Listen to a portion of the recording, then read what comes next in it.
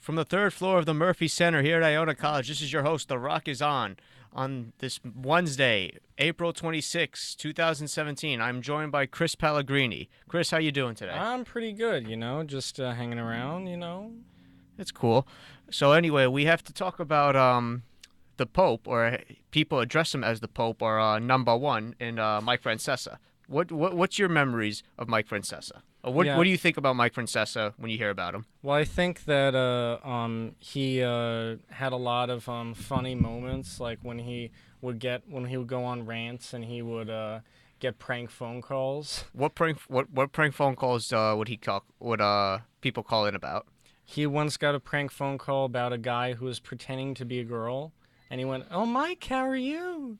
And it turns out it wasn't a guy, and he goes, "Yup, I knew that the minute it started."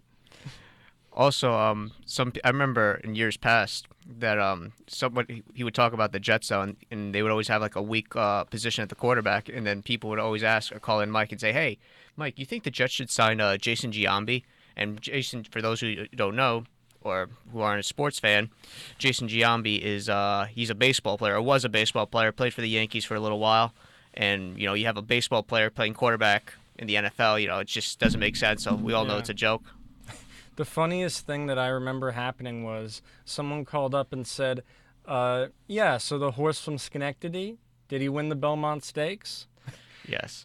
But, Chris, all kidding aside, though, even though Mike Francesa does have his down moments or, people don't think he's all that great, though, he's what started, he's pretty much started the whole sports talk radio, though, with WFAN, and he's been there for 30 years, and it all started with Mike and the Mad Dog. Yeah, and our teacher also was on that, right? Breslin. No, Demergis was on that. I think he worked for the fan, though, but he didn't, I think he worked for the fan, but he wasn't, like, on the show necessarily. Oh, okay. Like, kind of like behind the scenes. But, Yeah. like I said, even though people give Mike Francesa grief, or think he's not that great or he's boring or whatnot, honestly, he's probably the greatest thing that ever happened to sports talk radio. And pretty much started the whole trend with sports talk radio. Like I said, with Mike and the Mad Dog, at first it didn't go out. Those two didn't work out as well, and some people thought it was going to be, a joke, or not like a joke, but like it's not going to work out. It won't be a success though. But then you know what? The producers stuck with the process. Mike and Dog had a good connection though, or good chemistry, and they were on the air for close to 20 years or 2 decades. Yeah, that's a long time to be on the radio, no doubt. Yeah. But yeah, but also it's like with Mike Francesa though, he he even Oops. people, and when I remember when Dog left though, when Chris Mad Dog Russo left to Hmm. go to take the lucrative contract at Sirius XM, everyone thought, you know what, Mike Francesa, he's not going to be as good as with Dog though. Dog was what made the show, or Mad Dog was what made the show. With his flamboyant personality, or when he's screaming, going on his rampages or whatnot. But you know what? Mike Francesa is still successful even without Mad Dog. Yeah. And the thing is, it's like without Mad Dog, or what do you call it? Once Mad Dog left, though, not a lot of people heard about from him though on Sirius XM though. I mean, Hmm. for those who watch MLB Network, he has a show called High Heat, and he'll talk baseball for about an hour, or whatever's trending or whatever's going on in Major League Baseball. But other than that, though, it's like nobody's heard about him or heard a lot from him since. Hmm. Yeah, I agree with that. It's surprising. Do you have any recollection of Mike and the Mad Dog? No, I don't really remember. Maybe I was too young. I mean, this was when we were kids though, like elementary school. Yeah. Like I remember, my dad coming home, picking me up from school, whether it was my mom or my dad picking me up or whatever, and I would always I would always go through the radio and listen to Mike and the Mad Dog. Yeah. More so from my dad though. My mom, would just flip through the channels, and then if my dad was taking my mom's car or whatever, he would like leave the sports station on, and I would listen to it. So that, and then I remember they used to have the radio show. I used to telecast, their radio show on Yes. And even after when or Mad Dog left though, Mike Francesa was still on Yes. So I Hmm. remember like watching them on Yes though, and then they would talk about whatever was going on in sports. Yeah, I hear you. I mean, it's a interesting little topic there. But and as you, I don't know if you heard though, but Mike Francesa is leaving the fan at the end of Oh this year. yes, that's a very December 15th, 2017 will be Mike Francesa's last show with WFAN. He's not retiring. This isn't a retirement party, or he's not treating this like a farewell or retirement party, so to speak. But he said he's going to explore his options, and he had some things in mind, but he's not going to reveal it to the public yet. But I assume come the Super Bowl of next year that he'll be working for another radio station. mhm. Or working for another company. We just don't know what it's going to be. This might be kind of a very, very big long shot, but do you think he's going to run for president? No. You have a better chance of seeing Bigfoot or the Loch Ness monster than that happening, Chris. All right. So trust me, that won't happen. All right. Plus, what makes you think that he would run for president? All kidding Because aside. he's doing this very bizarre leap where he kind of started the WFAN. He's like leaving now. It's kind of odd Why would he go into politics? He's a sports talk radio host, Chris. because seems like Trump's having an okay time with it. But let's not get political, please. No, yeah, I know I'm not. But I thought this would be the biggest plot twist of all time. But you know how like WFAN and ESPN Radio are rivals, Yeah. and supposedly Michael Kay and Don LaGreca, Yeah. they apparently don't get along with Mike Francesa. So I kidded around and said, oh, the biggest plot twist of all time is Mike Francesa leaves the fan, joins Michael Kay and Don LaGreca on ESPN Radio. Who are they going to get to replace him? That's one thing that a lot of people are asking. I could tell you this though, it will never be the same. Yeah. Come during the weekdays, 1 o'clock to 6:30 on the fan around this time next year. It will not be the same, and it will be completely different. And it will feel a little odd though, not listening to Mike Francesa on the fan though. Once his time with the fan is over. Is WFAN going to possibly go downhill after this happens? I wouldn't say they're still successful, Chris, because Yeah. if you listen to it, if you're a huge fan like I am about the fan, or if you're a huge fan of WFAN like me, you have Boomer and Carr in the morning. And granted, those guys necessarily don't talk sports half the time. They goof off, so to speak, but they're still successful. Joe and Evan, they're good.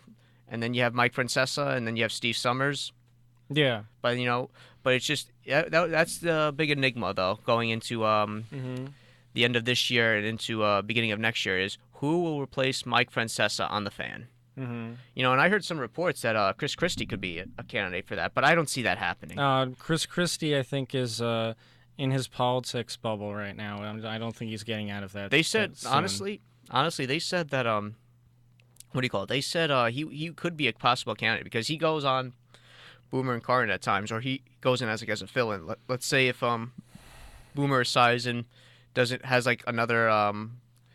has to do something for another job because he works for the NFL today though. So let's say Right. if he's not there and he does the games for Westwood One on Monday Night Football. So if he's not there, he's usually a fill-in, or they'll have Chris Sims, who's the son of Phil Sims, to fill in though. So. But they said he could be a possible candidate to replace Francesa. I don't believe it. I don't think it's going to happen, but they said he's a candidate. But who knows? Unless they'll move Joe and Evan's spot from 10 to 1 to 1 to 6:30. He's And still then- governor of New Jersey. Yeah. He also his time is running short on trying to get that the next round is in only 2018, which is like in January. So it's going to be interesting to see if he could hold it onto it. But I'm saying like he can't run for governor anymore, right? No, he's gone. So I'm He's saying like gone. come January 2018, his time is up. I think so. Yes. I mean, I don't follow politics, Maybe religiously, even but right now. what's that? Maybe even right now he's not the governor anymore. I don't know. I think he's still governor. I'm not sure. But yeah, but it would be interesting to see who replaces Francesa from in the 1 to 6:30 spot. And I kid around with some friends that say that prefer Michael Kay and Don LaGreca over Mike Francesa, the fan. I said, hey, once Francesa leaves the fan, maybe ESPN could surpass or have better ratings than the fan. Yeah. I mean, he does get, all kidding aside. Oh, jeez. It's all right. I mean, all kidding aside, he does get has high ratings, even though some people may think he is boring. Yeah, definitely. Yeah. But like I said, it will be interesting to see. Mm-hmm. And you know what? As long as he's on the fan now, just enjoy him. Enjoy it. Yeah. Because you don't know what's going to happen or where's he going to be. Mm-hmm. I mean, and I also remember with Francesa, though, every year, like during the Super Bowl, you'd have his Super Bowl contest. Mm-hmm. And basically how it works is he would ask, like, what kind of fan are you? And then you say the team name. Most of the people would say Giant fans, even though they probably weren't Giant fans. And he would ask all these Super Bowl questions pertaining to that team. Or he would ask maybe the first one or two questions would be about the team or the fan of the team you said you were. And then the questions would become more difficult. And then the fourth question, if you got to it, would be an audio. And if you got the audio, or if you got all four questions right, including the audio, you would win 2 tickets to the Super Bowl. And he would have like 10 tickets total, so it would be like 2 tickets, 5 winners. Yeah, I agree with that. And I remember I always try to call in, but the lines were always busy though. And honestly, I kid you not, I knew the recordings. Yeah. I knew for a good number of them, I knew the recordings. I knew who said what. Mm-hmm. And when it's like I heard the recordings, I was like, oh, if I had gotten through, I would have won Super Bowl tickets. I honestly believe that. Yeah, I hear you. I honestly would have believed it. And some people may think I'm bluffing, but I know I would have gotten Super Bowl tickets if I had gone through. And you know what? And believe it or not, that was his last. This past February or this past January was the last time. He's giving out Super Bowl tickets. Yeah. I'm saying he does the Super Bowl contest. Mm-hmm. Yeah. And I also remember when the Super Bowl was here though, in New York, New Jersey, 3 years ago. He had his show in the M&M store in Times Square, but I don't think the M&M store is there anymore, right? No. Oh, it was the Toys R Us. It's the Toys R Us. Never mind. The big Toys R Us. Yeah, I think they're getting rid of that. Yeah. Also F.E.O. Schwartz. I don't know if you know that brand. No idea. That's another toy store. They only have one left. All right. But like I said before we wrap up, just enjoy listening to Mike Francesa on the fan.